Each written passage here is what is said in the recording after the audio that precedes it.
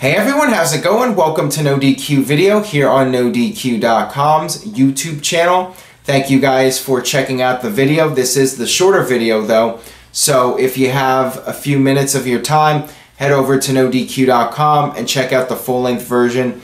There's also a link in the description box. But if for whatever reason you're unable to do so and watch the full video, got the shorter version here, so let's get started with your questions. First one comes from Ricky. Do you think Smackdown Live's ratings are dropping because AJ Styles isn't chasing or is the champion? I think Smackdown Live's ratings are down because of the fact that the show is just not compelling right now.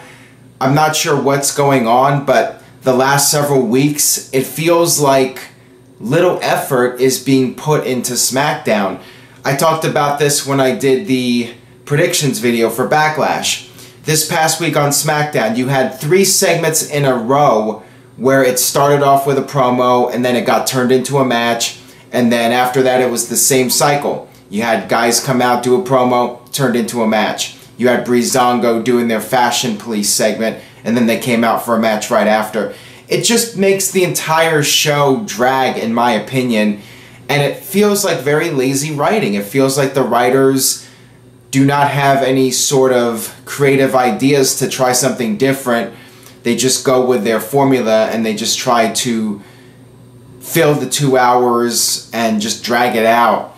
I'm not a fan. I think SmackDown's quality has declined significantly over the past several weeks, and I think that that is the biggest factor as to why viewership has dropped a lot.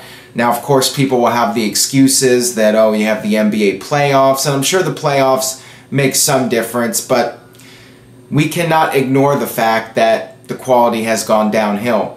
And also, the other big factor, Jinder Mahal being pushed as a main eventer after 7 to 8 months of being booked as a nobody.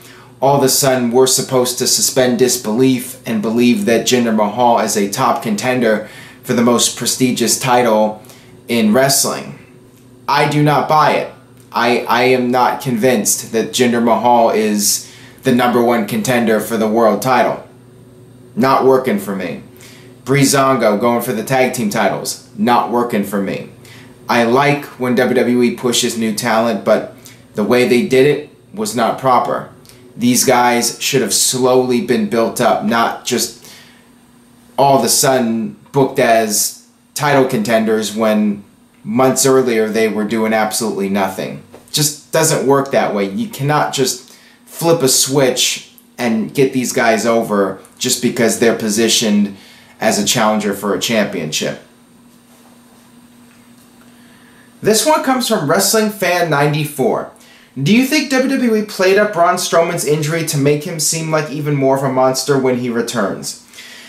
Yes, I think the whole idea was to exaggerate the seriousness of the injury and make people think that he's going to be gone for longer than he actually is. He's expected to be back at SummerSlam, and that's a good thing. I'm glad he'll be back sooner than later. Being gone 6 months, I think, would have damaged his career for being gone that long. If he's only gone 2 months, to me it's not that big of a deal, and I think he'll be able to recover from this setback.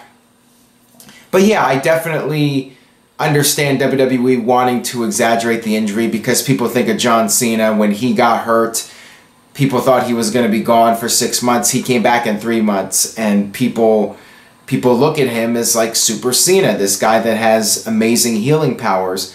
WWE might have that same attitude with Braun Strowman, that if he comes back sooner, then fans are going to see him as having this superhuman strength, and that'll help get his character over even further. I really don't blame WWE for exaggerating it. This one comes from American Patriot Sibs. If CM Punk comes back or Kenny Omega comes to WWE, which brand do you see them going to?